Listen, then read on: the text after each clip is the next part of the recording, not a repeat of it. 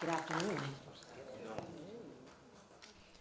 When I was a little girl, on the weekends, I looked forward to going shopping with my mother, my grandmother, and my aunt. You know, most kids look forward to cartoons, but I looked forward to the energy of being in the department stores, looking at the clothes, trying on the shoes that I know that I'm too young to wear.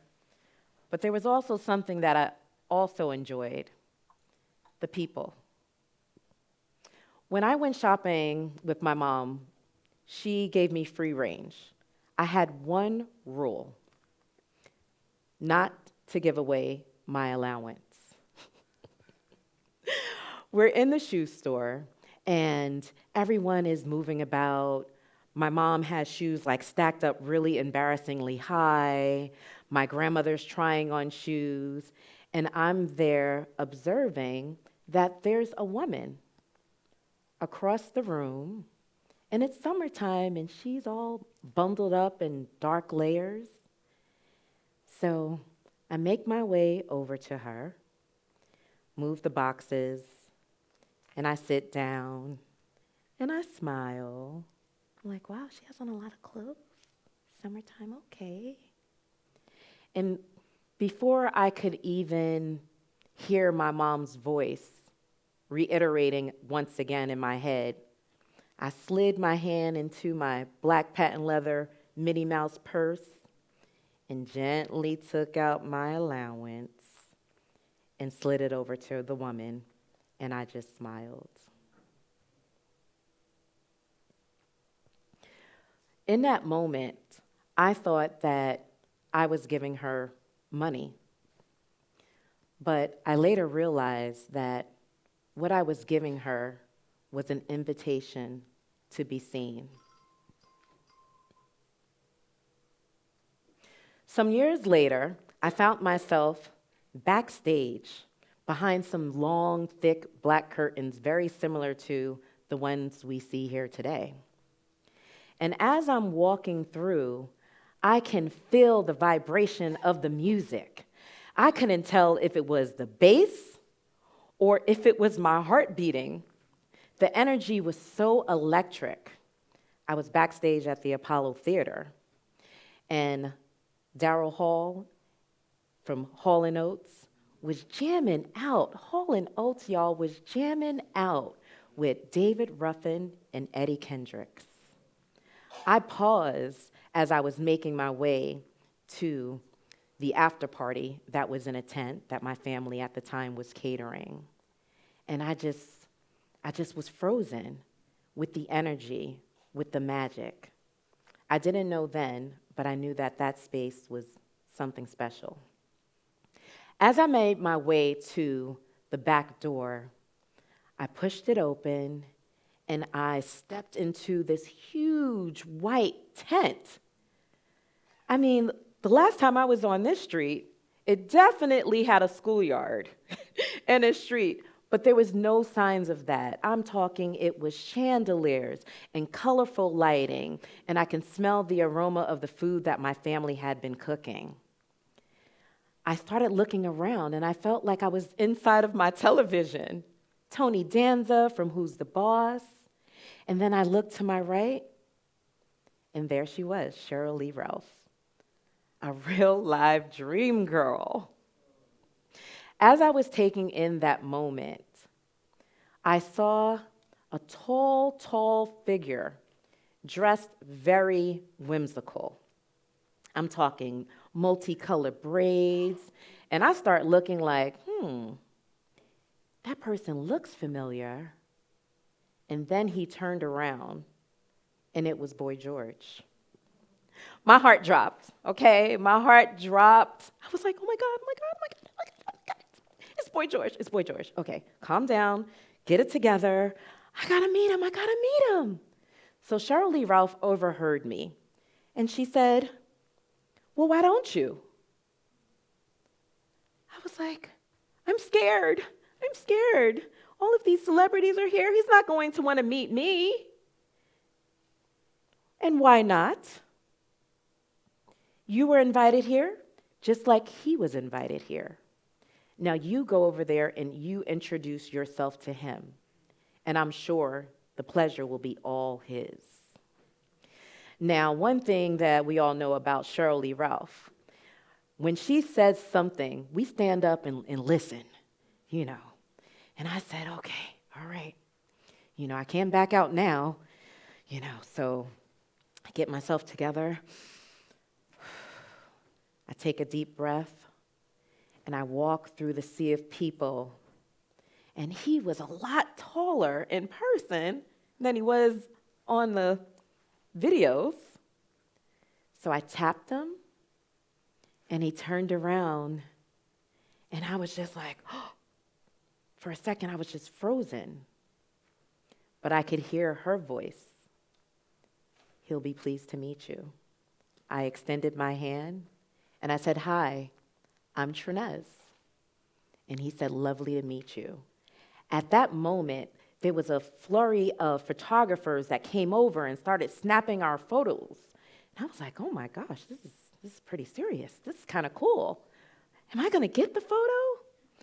So one of the photographers, I said, how can I get that photo? He said, write your address down. I'll mail it to you.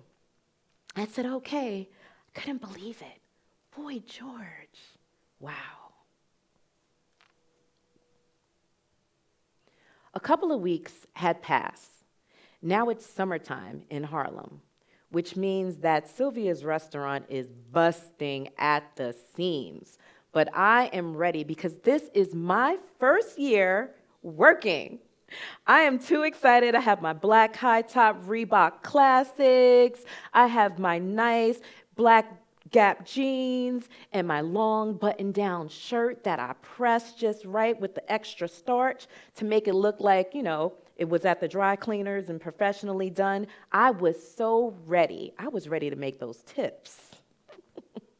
Because my mom always told me if you look good, then you're going to feel even better. So my cousin Tamika and we got started training to be busgirl.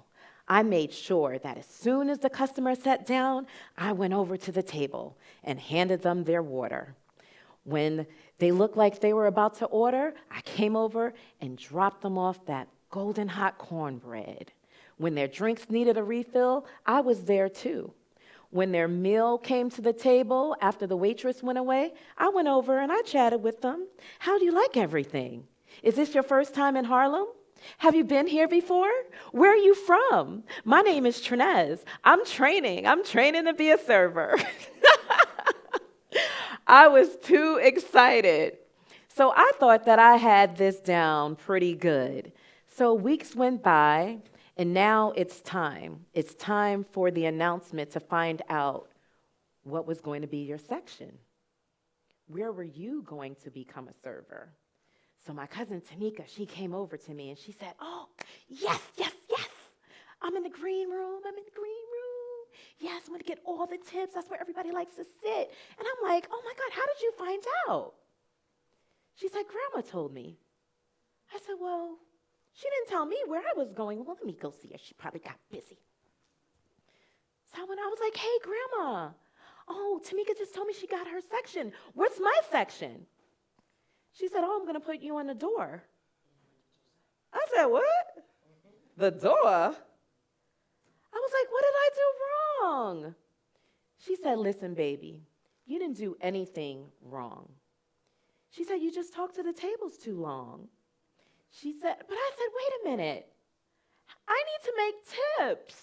How am I going to make tips? I'm not going to make tips at the door. She said, trust me, with that personality of yours, you belong at the door. And trust me, you will make tips.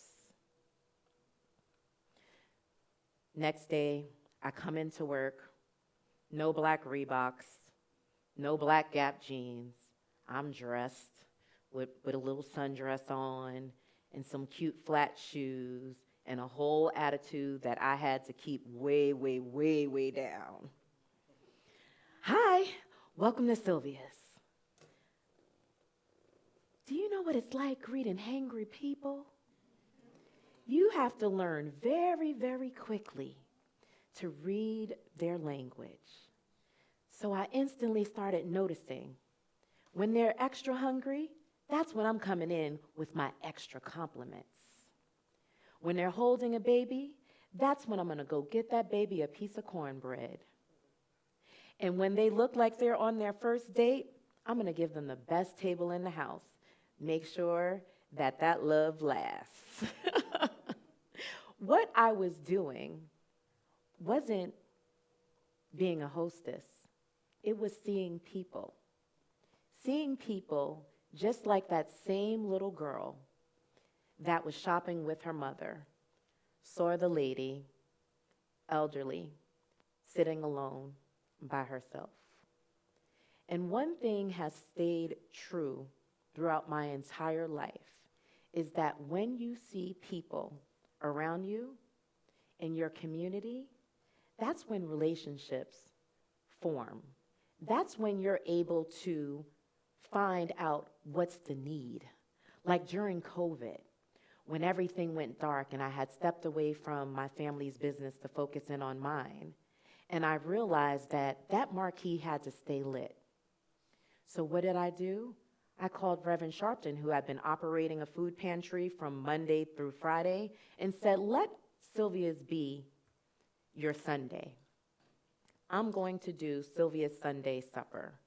And that day brought back that vibrancy to Harlem because things were looking pretty sad. Folks were walking around, as you know. It went from a beautiful parade on Sundays to complete silence. But on Sundays, during that time, you could see them smile through their mask. So what did this all mean? It meant that we all can be the change that we want to see in our communities. And we become that change by making sure that we see the individual, we meet their need, and we pass it on and keep it going forward. Thank you.